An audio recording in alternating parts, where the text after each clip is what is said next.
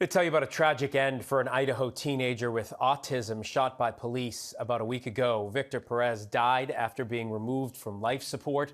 The 17-year-old was wielding a knife when he was shot 9 times by police. Family now seeking justice. Joining me now with more on this is ABC News contributor and former FBI agent Brad Garrett. Brad, good to see you. Thanks for coming in on a Sunday to talk about this.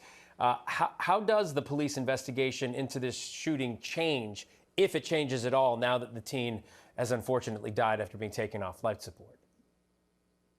So you have to go back to the beginning of a shooting, which basically is what precipitated the officers to justify using deadly force.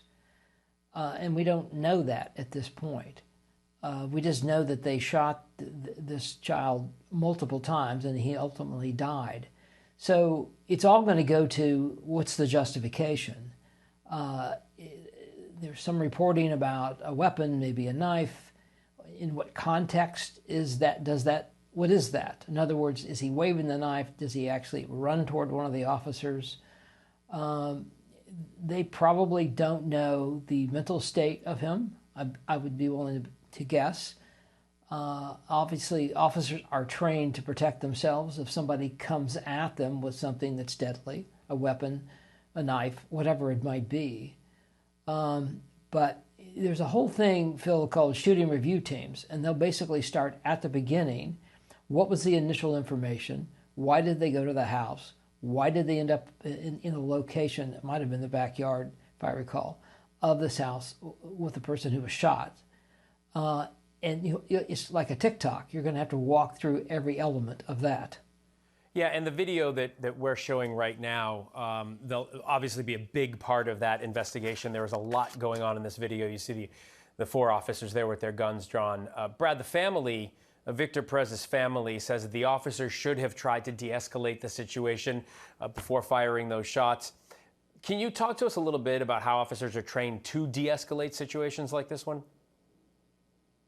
So the key is obviously getting people to connect with you.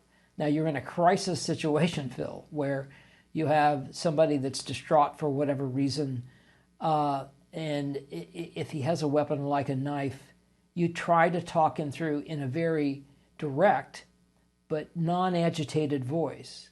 We're the police. We're here to help you. We just need to talk to you. Would you put the knife down? It's much like in dealing in a hostage negotiation situation where you try to de-escalate the language to begin with.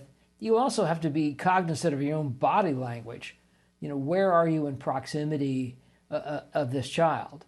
And then go from there. Of course, the problem here is if you're communicating with somebody that is autistic, it changes the reality. Again, these officers aren't trained to diagnose people. And so the reactions, obviously, of this child to some other person in the same situation may be different and may be construed as, threatening. And maybe it was. We have no idea at this point. But you have to make decisions quickly sometimes, Phil, is the problem. And if he comes at them with a knife and they told him not to move forward, and he keeps coming, then that may be one of their justifications in shooting him. Obviously, they can't stand there and get stabbed. So all of these things play into it. But there's a big issue, Phil, in the law enforcement community in dealing with people who have mental health challenges because they confront them all the time on the street. And we'll see what they knew before the shooting started.